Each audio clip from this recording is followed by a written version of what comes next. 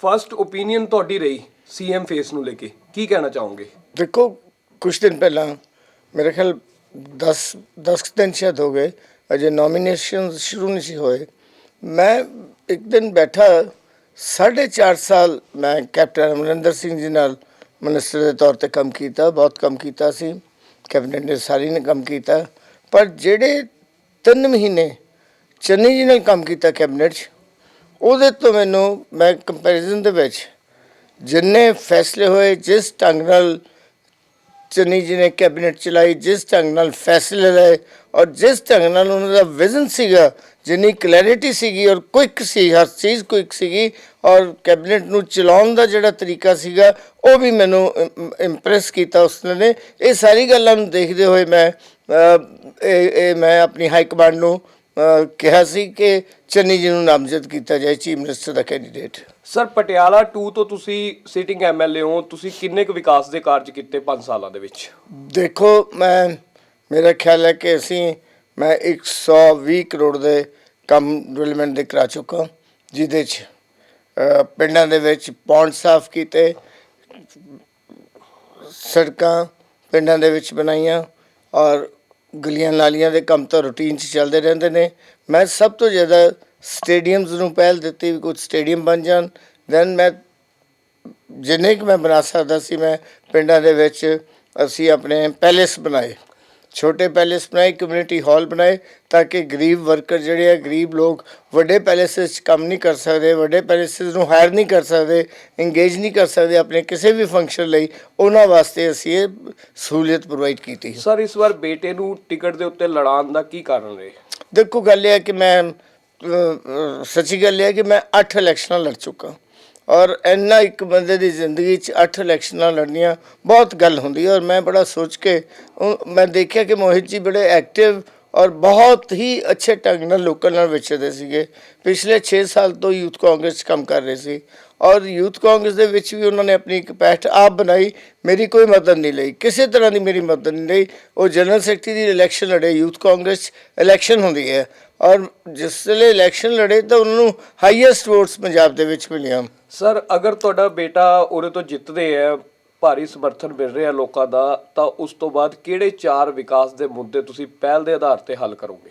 ਦੇਖੋ ਸਭ ਤੋਂ ਪਹਿਲੀ ਜਿਹੜੀ ਜ਼ਰੂਰਤ ਹੈਗੀ ਹੈ ਉਹ ਸੀਵਰੇਜ ਸਿਸਟਮ ਠੀਕ ਕਰਨਾ ਹੈ ਕਿ ਸੀਵਰੇਜ ਸਿਸਟਮ ਸਾਰੇ ਪਾਸੇ ਠੀਕ ਹੋਵੇ ਔਰ ਡਰਿੰਕਿੰਗ ਵਾਟਰ ਜਿਹੜਾ ਹੈ ਸਾਫ਼ ਪੋਰਟੇਬਲ ਡਰਿੰਕਿੰਗ ਵਾਟਰ ਮਿਲਣਾ ਚਾਹੀਦਾ ਹੈ। ਦੈਨ ਸਭ ਤੋਂ ਵੱਡੀ ਸਹੂਲਤ ਜਿਹੜੀ ਹੈ ਸਾਨੂੰ ਹੈਲਥ ਫੈਸਿਲਿਟੀਜ਼ ਸਟਰੈਂਥਨ ਕਰਨੀਆਂ ਪੈਣੀਆਂ ਲੋਕਲ ਲੈਵਲ 'ਤੇ। ਸਰ ਬੇਰੁਜ਼ਗਾਰੀ ਦੇ ਮੁੱਦੇ ਨੂੰ ਲੈ ਕੇ ਕੀ ਕਹਿਣਾ ਚਾਹੋਗੇ? ਜਿਹੜੇ ਧਰਨੇ ਲੱਗ ਰਹੇ ਆ ਬੇਰੁਜ਼ਗਾਰੀ ਦੇ ਉੱਤੇ, ਬੜੇ ਵੱਡੇ ਇਸ਼ੂ ਪਾਰਟੀਆਂ ਕ੍ਰੀਏਟ ਕਰ ਰਹੀਆਂ ਕਿ ਕਿਤੇ ਨਾ ਕਿਤੇ ਤੁਹਾਨੂੰ ਨਹੀਂ ਲੱਗਦਾ ਕਿ 111 ਦਿਨ ਦੀ ਜਿਹੜੀ ਚੰਨੀ ਸਾਹਿਬ ਦੀ ਸਰਕਾਰ ਰਹੀ ਹੈ ਉਸ ਦੀ ਛਵੀ ਨੂੰ ਖਰਾਬ ਕਰਨ ਵਾਸਤੇ ਕ੍ਰੀਏਟ ਕੀਤਾ ਜਾ ਰਿਹਾ ਮਾਹੌਲ? ਦੇਖੋ ਗੱਲ ਹੈ ਹਰ ਪੋਲੀਟੀਕਲ ਪਾਰਟੀ ਆਪਣੇ ਤਰੀਕੇ ਨਾਲ ਚੱਲਦੀ ਹੈ, ਹਰ ਇੱਕ ਦੀ ਆਪਣੀ ਸੋਚ ਹੁੰਦੀ ਹੈ। ਜਿਹੜਾ ਬੇਰੁਜ਼ਗਾਰੀ ਦਾ ਮੁੱਦਾ ਹੈ ਉਹ ਮੁੱਦਾ ਵਾਕਈ ਗੰਭੀਰ ਹੈ ਪੰਜਾਬ ਲਈ ਔਰ ਉਹਦੇ 'ਚ ਮੈਂ ਪਿਛਲੀ ਕੈਬਨਿਟ 'ਚ ਸੀਗਾ, ਉਸ ਵੇਲੇ 1-2 ਕਮੇਟੀਆਂ ਐਸੀਆਂ ਸੀਗੀਆਂ ਜਿਹੜੀਆਂ ਇਸ ਮੁੱਦੇ ਨੂੰ ਸੋਲਵ ਕਰਨਾ ਚਾਹੁੰਦੀਆਂ ਸੀ। ਮੈਂ ਉਸ ਵੇਲੇ ਚੇਅਰਮੈਨ ਸੀਗਾ ਜਿਹੜੀਆਂ ਕਮੇਟੀਆਂ ਬਣੀਆਂ ਔਰ ਮੇਰੇ ਮਿਨਿਸਟਰ ਕਲੀਗ ਨੇ ਮੇਰੇ ਨਾਲ ਲੱਗ ਕੇ ਅਸੀਂ ਇਕੱਠੇ ਹੋ ਕੇ ਬਹੁਤ ਮੀਟਿੰਗਾਂ ਕੀਤੀਆਂ, ਬੜੇ ਫੈਸਲੇ ਕਰਨ ਦੀ ਕੋਸ਼ਿਸ਼ ਕੀਤੀ। ਅਲਟੀਮੇਟਲੀ ਜਿੰਨਾ ਕੁ ਸਾਨੂੰ ਹਾਈ ਕੋਰਟ ਤੋਂ ਬਚਦੇ ਹੋਏ, ਜਿੰਨਾ ਕੁ ਸਾਨੂੰ ਫਾਈਨਾਂਸ ਅਵੇਲੇਬਲ ਦੇਖਦੇ ਹੋਏ, ਕਿੰਨੀਆਂ ਪੱਕੀਆਂ ਨੌਕਰੀਆਂ ਅਸੀਂ ਦੇ ਸਕਦੇ ਸੀਗੇ, ਉਹ ਸਾਰੇ ਸਿਸਟਮ ਨੂੰ ਦੇਖਦੇ ਹੋਏ ਅਸੀਂ ਕੋਈ ਪਾਲਿਸੀ ਬਣਾਉਣ ਦਾ ਤਿਆਰੀ ਕੀਤੀ। ਉਹ ਤਿਆਰੀ ਹੋਈ ਵੀ, ਉਹਦੇ 'ਚ 36,000 ਮੁਲਾਜ਼ਮ ਜਿਹੜਾ ਹੈ ਕੱਚਾ ਜਿਹੜਾ ਸੀਗਾ ਉਹ ਅਸੀਂ ਪੱਕਾ ਕੀਤਾ।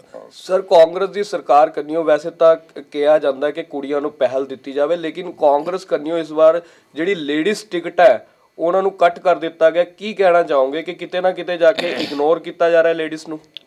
ਨਹੀਂ, ਐਸੀ ਕੋਈ ਗੱਲ ਨਹੀਂ ਹੈ। ਜਿੱਥੇ ਕਿਤੇ ਵੀ ਕੋਈ ਵਿਨੇਬਿਲਿਟੀ ਕਿਸੇ ਮਹਿਲਾ ਦੀ ਹੈ ਉਹ ਪੂਰਾ ਧਿਆਨ ਦਿੱਤਾ ਜਾਂਦਾ, ਪੂਰੀ ਟਿਕਟ ਦਿੱਤੀ ਜਾਂਦੀ ਹੈ ਇਹਦੇ 'ਚ। ਸਰ 3 ਟਿਕਟਾਂ ਕੱਟੀਆਂ, ਇੱਕ ਦਮਨ ਬਾਜਵਾ ਸੁਨਾਮ ਤੋਂ, ਦੂਸਰਾ ਲਾਡੀ ਗੈਰੀ ਫਿਰੋਜ਼ਪੁਰ ਤੋਂ ਤੇ ਤੀਸਰਾ ਸਤਵਿੰਦਰ ਬਿੱਟੀ। ਉਹ ਬਾਗੀ ਹੋਏ ਆ, ਉਹਨਾਂ ਨੂੰ ਕਿਤੇ ਨਾ ਕਿਤੇ ਜਾ ਕੇ ਪਾਰਟੀ ਨੇ ਕੋਈ ਸਹਿਯੋਗ ਦਿੱਤਾ ਜਾਂ ਉਹਨਾਂ ਨੂੰ ਕੋਆਰਡੀਨੇਟ ਕੀਤਾ, ਕੀ ਕੀਤਾ? ਦੇਖੋ ਗੱਲ ਇਹ ਹੈ ਕਿ ਇੱਕ ਨਵਾਂ ਟ੍ਰੈਂਡ ਚੱਲ ਪਿਆ ਕਿ ਜੇ ਪਾਰਟੀ ਟਿਕਟ ਨਹੀਂ ਦਿੰਦੇ ਤਾਂ ਬਾਗੀ ਹੋ ਜਾਓ ਔਰ ਉਹ ਦੂਜੇ ਪਾਸੇ ਵੀ ਬੜੀ ਅਨਐਥੀਕਲ ਗੱਲ ਹੋ ਰਹੀ ਹੈ, ਨੈਤਿਕਤਾ ਦੀ ਗੱਲ ਨਹੀਂ ਰਹੀ। ਉਹ ਵੀ ਤਿਆਰ ਬੈਠੇ ਨੇ ਵੀ ਜਿਹਨੂੰ ਕਾਂਗਰਸ ਪਾਰਟੀ ਟਿਕਟ ਨਹੀਂ ਦਿੰਦੀ ਆਪਾਂ ਲੈ ਲਓ, ਚਾਹੇ ਆਮ ਆਦਮੀ ਹੈ ਚਾਹੇ ਬੀਜੇਪੀ ਹੈ।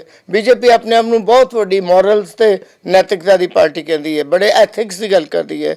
ਰਾਤ ਨੂੰ ਬੰਦਾ ਕਾਂਗਰਸ ਤੋਂ ਟਿਕਟ ਨਹੀਂ ਹੁੰਦੀ ਹੈ, ਸਵੇਰੇ ਉਹ ਦੇ ਦਿੰਦੇ ਹੈ। Where are the ethics? Wear ਦੀ ਜਿਹੜੇ ਬੜੇ ਐਥਿਕਸ ਦੀ ਗੱਲ ਨਰਿੰਦਰ ਮੋਦੀ ਜੀ ਕਰਦੇ, ਉਹ ਕਿੱਥੇ ਨੇ ਐਥਿਕਸ? ਸੋ ਮੈਂ ਇਹ ਕਹਿਣਾ ਚਾਹੁੰਦਾ ਕਿ ਕਿਸੇ ਤਰ੍ਹਾਂ ਵੀ ਅਸੀਂ ਕੋਈ ਇਹ ਨਹੀਂ ਕਿ ਕੋਈ ਸਿਸਟਮੈਟਿਕਲੀ ਸੀ ਲੇਡੀਜ਼ ਦੀਆਂ ਕੋਈ ਟਿਕਟਾਂ ਕੱਟੀਆਂ ਹੋਣ, ਸਾਰਾ ਕੁਝ ਦੇਖਣਾ ਪੈਂਦਾ ਹੈ। ਸਰ ਪੀਐਮ ਦੀ ਸਿਕਿਉਰਿਟੀ ਨੂੰ ਲੈ ਕੇ ਜਿਹੜਾ ਰੀਜ਼ਨ ਹੋਇਆ, ਢਿੱਲ ਵਰਤੀ ਗਈ, ਉਸ ਤੋਂ ਬਾਅਦ ਇਸ਼ੂ ਕ੍ਰੀਏਟ ਹੋਇਆ, ਉਹਦੇ ਬਾਰੇ ਕੀ ਕਹਿਣਾ ਚਾਹੋਗੇ? ਦੇਖੋ, ਪ੍ਰਾਈਮ ਮਿਨਿਸਟਰ ਸਾਹਿਬ ਦੇਸ਼ ਦੇ ਪ੍ਰਾਈਮ ਮਿਨਿਸਟਰ ਹੈ, ਔਰ ਜਿਹੜੀ ਢਿੱਲ ਦੀ ਗੱਲ ਆਈ ਹੈ, ਮੈਂ ਸਮਝਦਾ ਵੀ ਮੈਂ ਇਸ ਗੱਲ ਨੂੰ ਮੈਂ ਪਹਿਲਾਂ ਵੀ ਗੱਲ ਕਰ ਚੁੱਕਾ।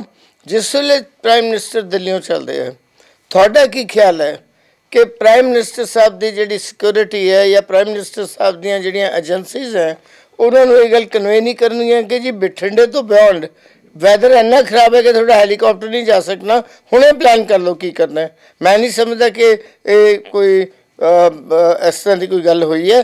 ਜਿਸ ਵੇਲੇ ਬਠਿੰਡੇ ਉਤਰੇ ਹੈ, ਕਿਆ ਉਹਨਾਂ ਦੇ ਅਫਸਰਾਂ ਨੇ, ਕਿਆ ਉਹਨਾਂ ਦੇ ਲੋਕਾਂ ਨੇ ਸੋਚਿਆ ਨਹੀਂ, ਬਲੂ ਬੁੱਕ ਨਹੀਂ ਦੇਖੀ? ਕਿਆ ਉਹਨਾਂ ਨੇ ਇਹ ਸੋਚਿਆ ਕਿ ਐਸਪੀਜੀ ਜਿਹੜੀ ਹੁੰਦੀ ਹੈ, ਐਸਪੀਜੀ ਪ੍ਰੋਟੈਕਸ਼ਨ ਗਰੁੱਪ ਹੈ, 140 ਕਿਲੋਮੀਟਰ ਤੁਸੀਂ ਦੇਸ਼ ਦੇ ਪ੍ਰਧਾਨ ਮੰਤਰੀ ਨੂੰ ਬਾਈ ਰੋਡ ਲਿਜਾ ਰਹੇ ਹੋ, ਔਰ ਉਹ ਵੀ ਉੱਥੋਂ ਉਸ ਰਸਤੇ ਤੋਂ ਲਿਜਾ ਰਹੇ ਹੋ ਜਿਹਦੇ ਪੈਰਲਲ ਇੰਟਰਨੈਸ਼ਨਲ ਬਾਰਡਰ 'ਚ ਇੰਡੋ ਪਾਕ ਬਾਰਡਰ ਚੱਲ ਰਿਹਾ। ਇਹ ਮੈਂ ਸਮਝਦਾ ਉਹਨਾਂ ਦੀ ਆਪਣੀਆਂ ਸਿਕਿਉਰਿਟੀ ਏਜੰਸੀਜ਼ ਦੇ ਵਿੱਚ ਕੋਈ ਫਾਲਟ ਹੈਗਾ। ਮੈਂ ਇਹਦੇ 'ਤੇ ਬੋਲਣਾ ਨਹੀਂ ਚਾਹੁੰਦਾ, ਸੁਪਰੀਮ ਕੋਰਟ ਦੀ ਇਨਕੁਆਇਰੀ ਚੱਲ ਰਹੀ ਹੈ। ਪਰ ਮੈਂ ਇਹ ਕਹਿਣਾ ਚਾਹੁੰਦਾ ਕਿ ਆਫਿਸਰਸ ਦੀ ਸੋਚ ਕੀ ਸੀ, ਬਲੂ ਬੁੱਕ ਕੀ ਸੀਗੀ, ਬਲੂ ਬੁੱਕ ਦੀਆਂ ਗਾਈਡਲਾਈਨਸ ਕੀ ਸੀਗੀਆਂ। ਬਠਿੰਡੇ ਜਿਸ ਵੇਲੇ ਉਤਰੇ ਆ 20 ਮਿੰਟ 'ਚ ਹੀ ਫੈਸਲਾ ਕਰ ਲਿਆ ਕਿ ਪ੍ਰਧਾਨ ਮੰਤਰੀ 140 ਕਿਲੋਮੀਟਰ ਜਾਣਗੇ। ਸੋ ਇਹਦੇ 'ਚ ਕਿਤੇ ਨਾ ਕਿਤੇ ਕੁਤਾਹੀ ਮੈਂ ਸਮਝਦਾ ਪੀਐਮਓ 'ਚੋਂ ਵੀ ਹੋਈ ਹੈ। ਸਰ ਤੁਸੀਂ ਪਬਲਿਕ ਨੂੰ ਕੀ ਅਪੀਲ ਕਰਨਾ ਚਾਹੋਗੇ? ਮੈਂ ਇੱਕੋ ਹੀ ਅਪੀਲ ਕਰਨੀ ਚਾਹੂੰਗਾ ਜੀ ਕਿ ਅੱਜ ਪੰਜਾਬ ਦਾ ਜਿਸ ਵੇਲੇ ਚੁਣਾਵ ਅਸੀਂ ਦੇਖਦੇ ਹਾਂ, ਉਹਦੇ 'ਚ ਇੱਕ ਐਸਾ ਗੰਦਲਾਪਨ ਥੋੜ੍ਹਾ ਜਿਹਾ ਆ ਗਿਆ ਜਿਹਦੇ 'ਚ ਨੈਤਿਕਤਾ ਦੀ ਗੱਲ ਨਹੀਂ, ਮੋਰਲ ਵੈਲਿਊਜ਼ ਦੀ ਗੱਲ ਨਹੀਂ ਰਹੀ, ਹਿਟਿੰਗ ਬਲੋ ਦੀ ਬੈਲਟ ਪੋਲਿਟਿਕਸ ਚੱਲ ਰਹੀ ਹੈ। ਇੱਕ ਫਲੋਰ ਕ੍ਰਾਸਿੰਗ ਦੀ ਜ਼ਿਆਦਾ, ਫਲੋਰ ਕ੍ਰਾਸਿੰਗ ਮੀਨਸ ਕਿ ਇੱਕ ਪਾਰਟੀ ਨੂੰ ਛੱਡ ਕੇ ਦੂਜੀ ਪਾਰਟੀ ਜਾਣ ਦੀ ਗੱਲ ਕਰ ਰਿਹਾ ਹੈ। 20-20 ਸਾਲ ਕੋਈ ਬੰਦਾ ਇੱਕ ਪਾਰਟੀ ਦੇ ਖਿਲਾਫ ਬੋਲਦਾ ਹੈ, ਜਿਸ ਵੇਲੇ ਛੱਡਦਾ ਉਸ ਪਾਰਟੀ ਨੂੰ, ਦੂਜੀ ਪਾਰਟੀ ਉਹਨੂੰ ਐਕਸੈਪਟ ਕਰਨ ਲਈ ਤਿਆਰ ਹੈ ਜਿਹਦੇ ਖਿਲਾਫ ਬੋਲਿਆ ਹੁੰਦਾ। ਸੋ ਬੜਾ ਕੁਝ ਮੈਂ ਸਮਝਦਾ ਨੀਚੇ ਲੈਵਲ 'ਤੇ ਹੋ ਗਿਆ। ਪੋਲਿਊਸ਼ਨ ਜਿਹੜੀ ਇਨਵਾਇਰਮੈਂਟ ਹੈ, ਪੋਲੀਟੀਕਲ ਇਨਵਾਇਰਮੈਂਟ, ਉਹ ਕਿਤੇ ਨਾ ਕਿਤੇ ਪੋਲਿਊਟ ਹੋ ਗਈ ਔਰ ਬੜੇ ਨਿਚਲੇ ਪੱਧਰ 'ਤੇ ਗਈ ਹੈ। ਸਰ ਸਾਡੇ ਚੈਨਲ ਨੂੰ ਆਪਣਾ ਕੀਮਤੀ ਸਮੇਂ ਦੇਣ ਲਈ ਤੁਹਾਡਾ ਬਹੁਤ ਬਹੁਤ ਧੰਨਵਾਦ ਤੁਹਾਡਾ ਜੀ।